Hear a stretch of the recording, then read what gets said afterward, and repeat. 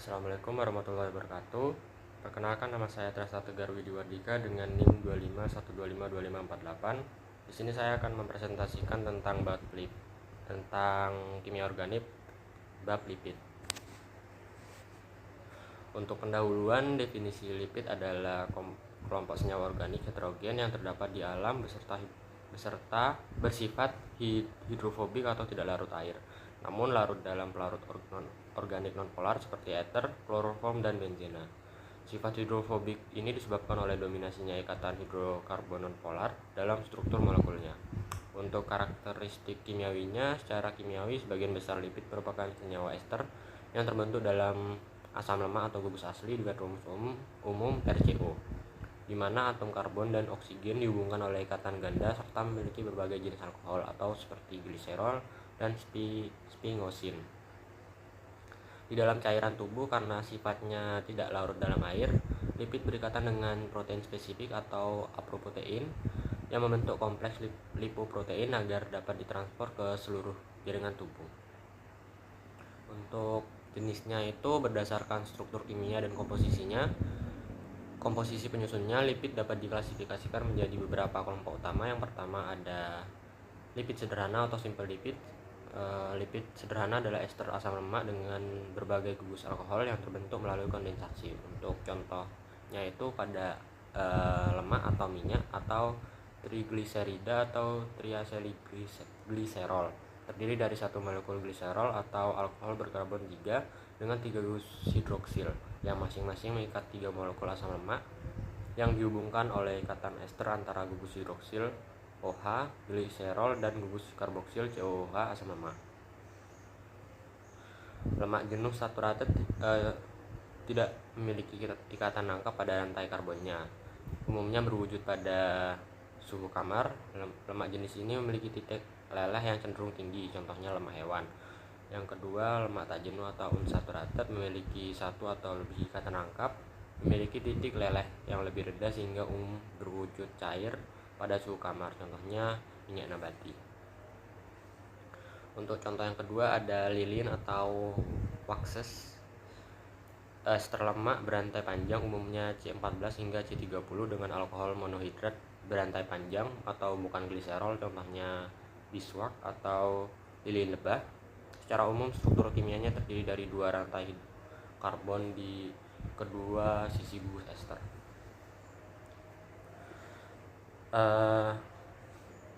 Jenis lipid selanjutnya itu ada lipid kompleks atau campuran atau compound lipid. Lipid kompleks merupakan ester asam lemak yang mengandung gugus tambahan selain alkohol dan asam lemak seperti protein atau karbohidrat. Untuk contohnya yaitu fosfolipid memiliki struktur mirip trigliserida, tetapi asam lemak pada atom karbon C ketiga gliserol digantikan oleh gugus fosfat yang terikat dengan basa nitrogen. Sifat amfipatik atau memiliki ujung hidrofolik dan hidrofobik, menjadi komponen utama membran sel menuju lubang lipoprotein.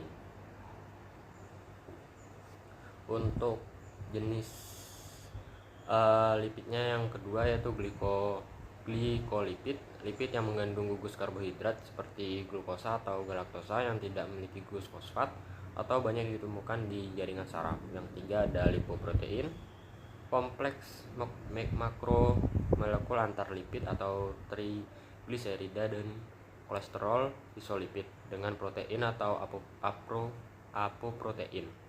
Berdasarkan densitasnya, lipoprotein dibagi menjadi kilomikron, VLDL, IDL, LDL, dan HDL.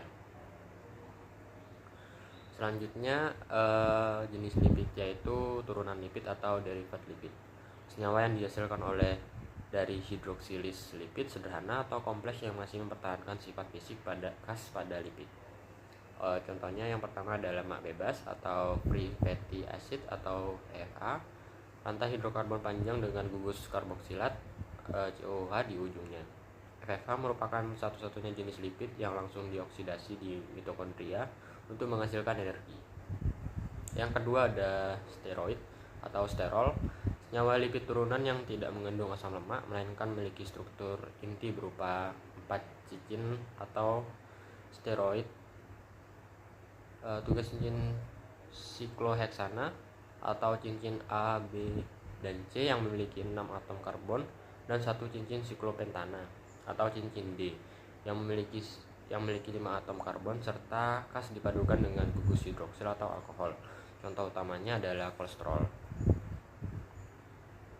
Selanjutnya ini untuk uji identifikasi lipid.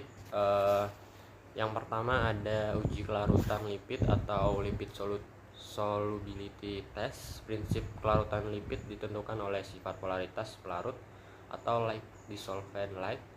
Lipid yang berasal dari nonpolarnya hanya akan larut dalam pelarut yang sama nonpolar. Yang kedua ada reaksi saponifikasi atau uji penyabunan. Untuk prinsipnya mereaksikan lemak atau minyak atau gliserida dengan basa kuat seperti NaOH atau KOH melalui proses hidrolisis alkali untuk menghasilkan gliserol dan garam asam lemak atau sabun. Reaksi ini berjalan dengan searah atau bukan reaksi kesetimbangan. Hasil positif ditandai dengan terbentuknya busa permanen yang stabil. Untuk selanjutnya ada uji acrolein atau acrolein test. Prinsipnya yaitu digunakan untuk mendeteksi keberadaan gliserol bebas maupun gliserol yang terikat dalam lemak atau minyak. Ketika lemak dihidrasikan dengan agen air seperti kalium hidrogen sulfat atau KHSO4, bagian gliserol akan terhidrasi membentuk aldehid tidak jenuh yang disebut juga dengan acrolein atau akril aldehid atau CH2CHCHO. Hasil positif ditandai dengan terbentuknya asap putih dan timbulnya aroma menyengat seperti lemak yang terbakar. Untuk selanjutnya yaitu ada uji ketidakjenuhan lipid atau lipid unstructuration test. Prinsipnya yaitu mengidentifikasi keberadaan ikatan rangkap pada rantai asam lemak menggunakan reaksi halogen, yaitu reaksi Hubbels iodin. Hubbels iodin bertindak sebagai indikator. Molekul iodin akan mengadisi ikatan rangkap asam lemak tidak jenuh sehingga ikatan rangkap terputus menjadi ikatan tunggal. Hasil positif yaitu muncul warna merah atau merah muda khas iodium yang kemudian menjadi bening jernih semula. Selanjutnya ada uji Salkowski.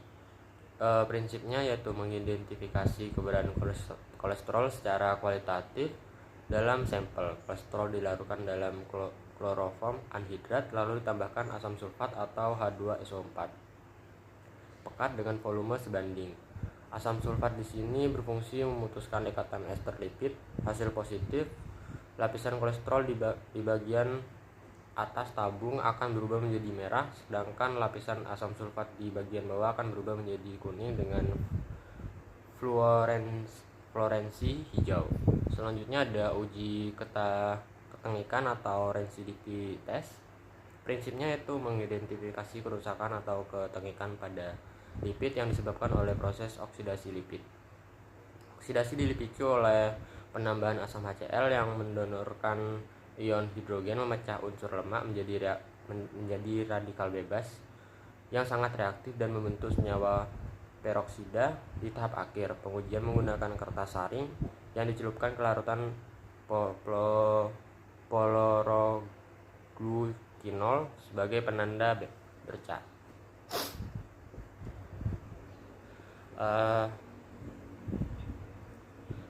Selanjutnya identifikasi kualitatif. Yang pertama ada penentuan bilangan saponifikasi atau saponification number. Prinsipnya itu menentukan jumlah basa yang dibutuhkan untuk menyabunkan sebuah lemak tertentu. Dilakukan dengan metode titrasi kembali menggunakan indikator phenolphthalein atau PP dan larutan basa KOH 0,1 N.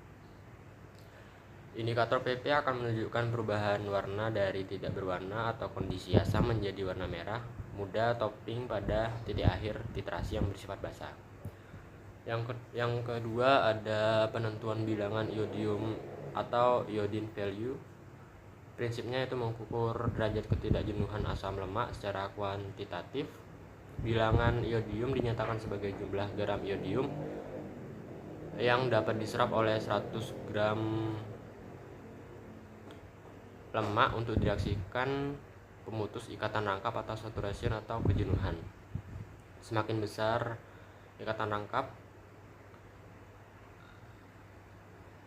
semakin besar bilangan iodium, maka semakin tinggi ketidakjenuhan asam lemak tersebut.